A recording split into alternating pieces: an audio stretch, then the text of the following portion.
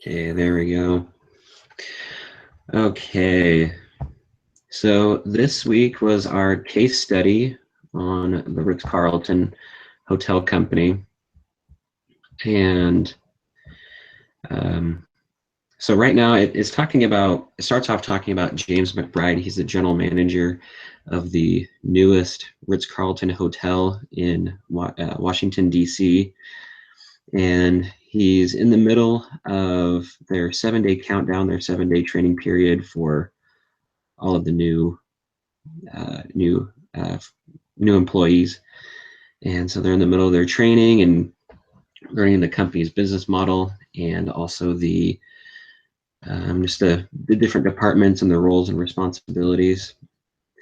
Ryan Collins, who is a partner of the Millennium Partners Management Company, he is talking with James McBride, about if the newest staff is going to be trained in time.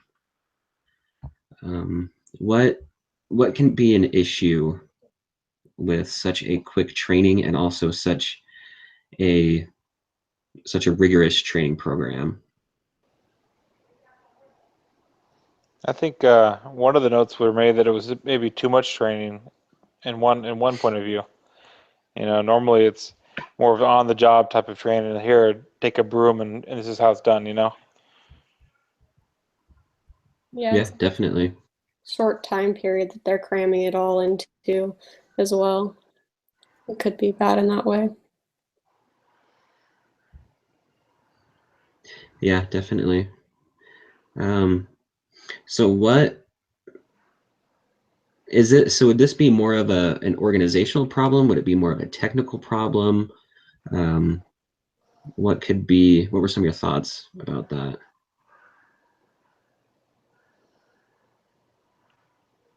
I think it could be an organizational problem in the sense that he didn't talk with the partner about his training program prior to implementing it. And so I guess the other guy disagreed. I can't remember his name off the top of my head right now. But I guess he disagreed with it being so short. So prior to being on the last day of the 7th day of training.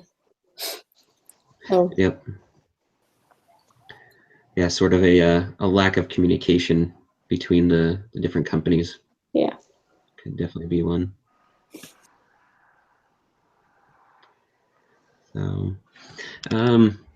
So here, kind of going along with talking about the Ritz-Carlton's business model, what is the Ritz-Carlton selling?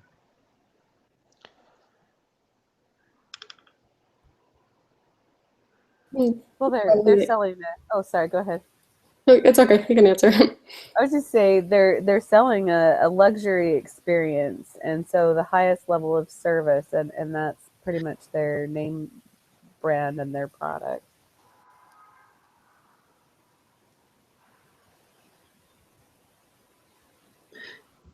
Yeah, definitely. And then I was kind of remembering from the case that regular customers would get a monogrammed pillowcase with their name on it.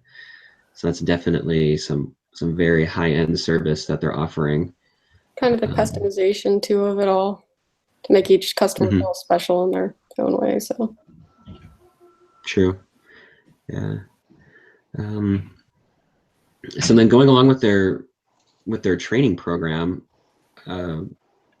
what's their training program like? How do they create what they call ladies and gentlemen in 7 days?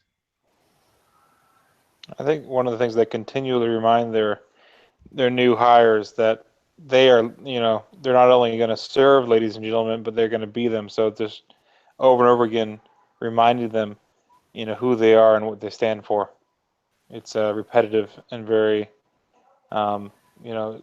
easier to remember. Yeah, I agree with that. And then they also ensured that they had a really good understanding of the values and what Ritz-Carlton wanted to provide to their guests. They almost get some of that experience for themselves.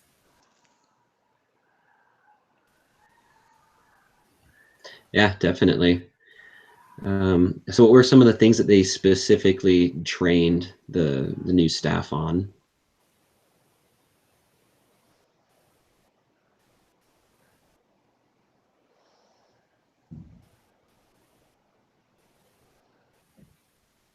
Or how would they? Sorry, I was muted. I think they also, not necessarily that they trained the people that they are each individuals and deserve respect too, I think was important. They did in the beginning because they know they're going to be going through a lot dealing with high-end customers, I guess, and they want to make sure that they're going to keep their employees.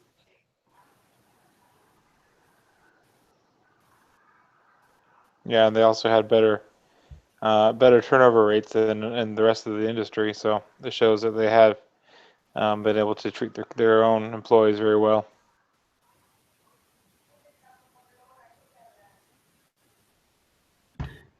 Yeah, kind of going along with that, Jared. I've worked in some jobs where you can tell that they don't treat their employees very well, and they don't really think of them very highly, and it definitely shows in the company itself and also with the overall business. They weren't very successful businesses, and they didn't really have a lot of customers show up. Hey, Spencer, I think it was you, or maybe it was Mike, one time who said they didn't really believe in the customer is always right. Was that Mike? Yeah, it was Mike. That was Mike. I noticed kind of a hallmark of Ritz-Carlton in the way they show the value for their employees. They didn't say the customer is always right. They said the customer's experience is, well, we need to make sure every customer has a good experience. So that didn't say your values don't matter or what happens to you is not important, but they taught them how to work through those situations in a way that would help the customer have a good experience, but still respect the employee. I thought that was pretty cool. Yeah. I thought about Mike when I was reading this case too. I was like, hey, he would fit in well here. This would be a good kind of motto or mantra thing for him. I also noticed though in their training that they received that it said that they prepared them for their current positions, but also to accept the future so they'll be able to move up the chain a little bit, which I thought was kind of cool. No, I thought that was actually a really, really good strategy that they had, that they promoted within the company, that they made sure that that each new employee was certified in their area, where they in their work area it was within a 21-day period, and kind of doing some other research on it. They actually have specific coaches who come in and they will certify each employee for their area. And if they don't have that certification within 21 days, then they're either kind of fired or they're reevaluated to see if they need to be in a different area, or if it's just something with the training program that went wrong. So going back to the main portion of this case study, so should they lengthen the amount of time that they spend training their employees? Should they keep it as it is? What were some of your thoughts on that? Well, I had to read this from my phone, so I might have missed a lot of it because I still don't have internet in my house. But I understood that he was worried about the money that they're investing in training, that it was too much money. So I think that the investor was looking at it as, hey, we're spending too much money here. We need to find better ways to spend the money. I don't like this the way that is going.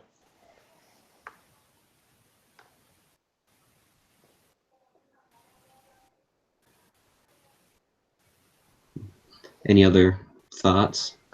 Well, I know that with this company, they're going to be, with the partner company, they're going to be opening up another one in Georgetown, I think is what it said.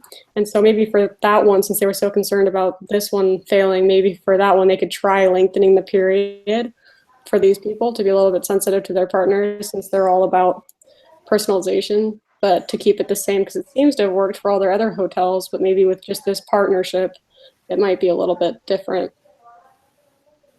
Mhm. organization there. Yeah. Case had said that there was, I think there was like the second or third hotel that the Ritz-Carlton has managed with this same partnership. But I don't know if they were specifically working with these two individuals for the whole time, or if it. Yeah, I think the Carl guy, or what was his name? I can't remember his name for the life of me. Anyways, the partner that they're working with now, they're I think he was recently hired kind of for that section for the human resources, right? I think Remember? so. Yeah. Yeah. Yeah, I think so. Hmm. So what? So how much more time do you think they would be able to? They should add to?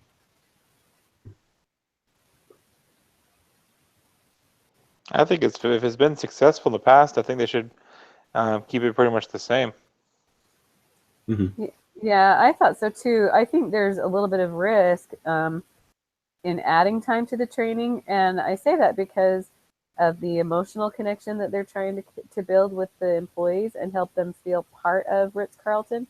But the other concern is they've brought trainers from all over the world. I don't know if you guys caught that, but they brought trainers from several countries to come and be invested in this time. And so they would not only be adding time to the new employees, but also to all those trainers. And so what specifically is going to fill up that time?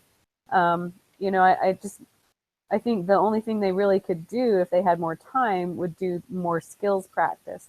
So I didn't see a lot of value in adding time to the training if they had such a well-defined best practice. I think they need to help the millennial partners understand how it works for them, why it works, and give it a shot at the DC hotel. And then I think they wouldn't have any problem getting them on board for the Georgetown opening. No, those are good items. I definitely kind of reading through the case. I feel like money was a big factor as well, because Millennial Partners was actually investing so much money into the multi-use facility that the partnership was creating there in Washington D.C. Do you think that money could have been involved with Colin's decision on wanting to have maybe a longer or shorter training period? It's possible. I'm trying to understand that because if they lengthen the training, then that would have to be money expended before the hotel opens, right?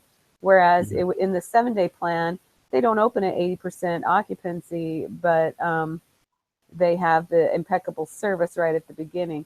And, it's going to keep occupancy for a while because people want to stay somewhere that's limited, right? That's exclusive. And it already is exclusive because of the price point. But if you want to be there during the opening of the Ritz-Carlton, you're in a limited group. So just a couple of thoughts I had around it. Yeah, money's always a factor, but I think they'll recoup their money in the long run. Okay. Keeping the employees, not having the turnover. Yeah, definitely.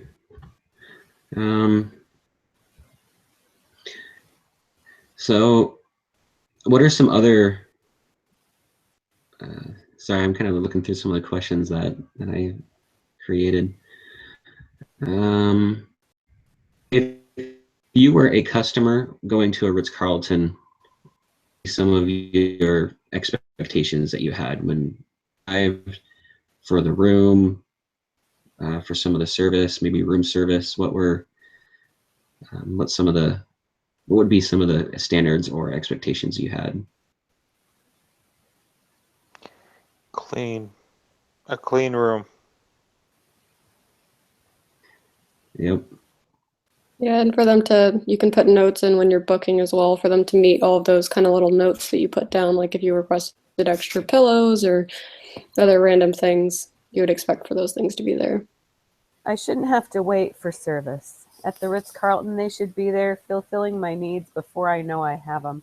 I mean, really, that's what I would expect because of their fantastic branding and reputation, right? Yeah. And I think that's what they expect to deliver too. That's what the whole pillowcase is about. You're going to recognize me and have that pillowcase in my room. I don't even know I need that, right? Yeah. Yeah. So part of also the agenda, I'm a little behind on this, but what are some of the connections from our reading from Five Dysfunctions of a Team, or from building trust book that we had? What were some of the connections or principles that you've thought of so far? I think the biggest one was, just the idea of building trust between partners. And here, Collins or McBride has the opportunity to really build a good relationship with their investor, of helping them understand the process of their business model and to help them feel at ease about their investment. Yeah, that's a great point. They chose Ritz-Carlton to manage their hotel for a reason, right?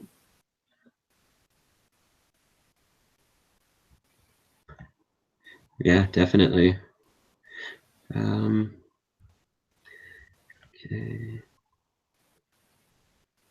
So, so one of the things that that has actually changed since the 7-day countdown, it's actually been changed to a 10-day countdown, and that's actually the managers and department managers and the chefs there at the Ritz-Carlton. And one of the things that I looked up was the general manager of the Ritz-Carlton in Dallas. His name's Roberto Van Gienen, and he said that he said this about their training program. They said, general managers support one another by accommodating the request to have their best people travel and work hard through the 10-day countdown. We start at 6 in the morning with the trainers lineup, and we finish business about 8 in the evening. At night, we have what we call fun and games. Those evenings involve all the trainers, my staff, and me putting things into the right place, stocking mini bars, making beds, and doing whatever it takes to make the hotel ready for the next day's staff training and ready for the upcoming needs. I thought that was actually pretty interesting that they mostly extended out that training period, mostly for managers and chefs for each hotel. Kind of going also along, I found that quote from the American Management Association, and it's a couple of years old, but but they're talking about how they had 5 executive chefs from restaurants from the Ritz-Carlton hotels come in and specifically train each chefs and the different chefs there for each hotel, and specifically for the Dallas one, that when they opened that one. So I did think it was actually pretty interesting. They did lengthen that time to a 10-day countdown.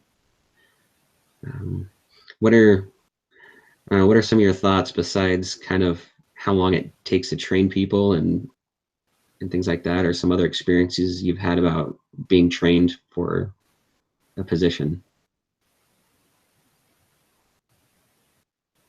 Well, I've always been trained on the fly everywhere I've been. It's just go and do the job and figure it out on the way. So Yeah, I agree with Jared. I've kind of, with my job at least, I've kind of always known it because I've done it forever, horseback riding instructor. So it's kind of just go and do it. I think training is really important. Our company really invests a lot of time and effort into training, and we not only train our new employees, but we also have a lot of ongoing training for our trainers. They get to be exposed to adult learning theory and maybe even instructional design, and we take an approach of helping our trainers and anybody else in the company who wants to learn something new be ready to cross train. So we also were able to receive the Baldrige Award several years ago and that was in large part due to our training programs. And it really helps in retention and employee engagement. So I'm a big fan of making sure that people really understand what their job is, so there's no ambiguity there, and then that they have ownership and empowerment to do that job the best they can. That's really good. And that really makes a big difference, I feel, for the company overall. I'm kind of with Jared. I've always been trained on the fly, and I feel like I get thrown in. There's not really much theory or purpose of why we do the things we do, and that's always kind of frustrating. Well, and I'm glad you mentioned purpose, just because that was one of the big things that Ritz-Carlton focused on, right? Was helping everybody have a purpose for their job, not just to come and do a job. So that was really good. Yeah, I like that. Yeah, I feel like when I was going through the case, one of the things I felt that I feel that sometimes after a while, when you do the same things for so long, you clean the rooms in the same way, maybe you make the same food at the same time of day, it gets overwhelming. But at the same time, you almost kind of feel like you turn into a mindless drone. And so it kind of hard, but for the Ritz-Carlton, they do give them that purpose, and they also train them effectively so that they know exactly all the things that they need to be doing. They train them on even the little details as well. And that really does show for their business model. Yeah, another thing I was thinking about in regards to that, you can tell when an employee doesn't have any empowerment, right? Like you go to a retail store and you ask for a refund, and they have to ask 3 other people before they get approval to refund your item. And at the Ritz-Carlton, they trained people how to do the job right so the customer would have a good experience. But then if it didn't go well, they've trained them to be problem solvers and to be creative and to find a solution for that customer. And they don't need anybody to tell them that they can do that, and then they like to get a report on it after so that they can see if there's, anything they can do to avoid the problem in the future, or if that resolution was one that could be adopted by others. So that's very empowering. It gives them ownership over that position. It helps them feel valued and important to the organization. So that helps take care of some of that mundane feeling you might sometimes get doing a repetitive job. Yeah, I really like that. So are there any last thoughts or any other things that you noticed? It was kind of a short meeting. I want to work for Ritz-Carlton. Yeah. Yeah, it almost makes me want to quit school right away and start working for them. So yeah, that's kind of all that I have for tonight. Yeah, does anyone, any other last thoughts or anything? I think that's it. This is our last meeting today too, right? Do we have somebody elected? I'm not sure. I can't remember. I think we may have decided that this was the last one. We didn't have somebody, and then we chose you. Yeah, maybe his last meeting with somebody as a team leader, but I don't know if we have another meeting or not. I don't know. Okay. Well, I guess we'll look into it and email each other if there is. Yeah, Sounds definitely. good. So, all right. Well, thanks everybody. And I will, I'll get the link up here in a little bit. This time when I started the call, I actually made sure I recorded it, so we can all have that this time. Great. Thank you, Spencer. Yeah, thank you. Thanks for your comments. And hopefully my internet will be up tomorrow. I'm waiting for my modem to come in the mail. I had the same problem last week. My internet was down. It was out of control. Oh, so sorry. Thanks, guys. Have a good night. Yeah, thank you. Have a good night. Bye. Bye.